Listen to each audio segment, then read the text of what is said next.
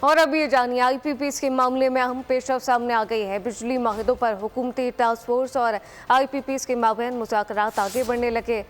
لال پیرا power کے بعد hub power company بھی اس وقت معاہدہ ختم کرنے پر رضامند ہو گئی ہے۔ ہب پاور کمپنی کے بورڈ آف ڈائریکٹر ہنگامی اجلاس آج طلب کریں گے۔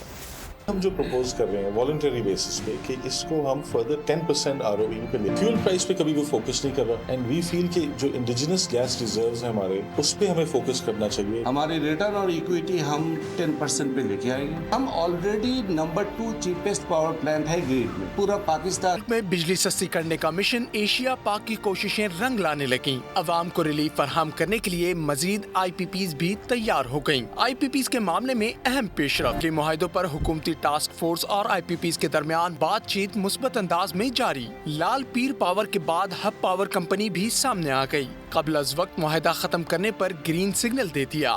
ہب پاور کمپنی کے بورڈ آف ڈائریکٹرز کا ہنگامی اجلاس جمعرات کو طلب۔ لال پیر پاور کا بورڈ آف ڈائریکٹرز کا بھی ہنگامی اجلاس۔ دونوں IPPs بجلی معاہدے قبل از وقت ختم کرنے کی منظوری لیں گی۔ لال پیر پاور 362 میگا واٹ اور ہب پاور کا 1200 میگا واٹ کا پاور پلانٹ ہے۔ دونوں نے اہم پیش رفت سے پاکستان اسٹاک ایکسچینج کو خطوط لکھ کر آگاہ کر دیا۔ ان IPPs کا معاہدہ 2027 میں ختم ہو رہا ہے۔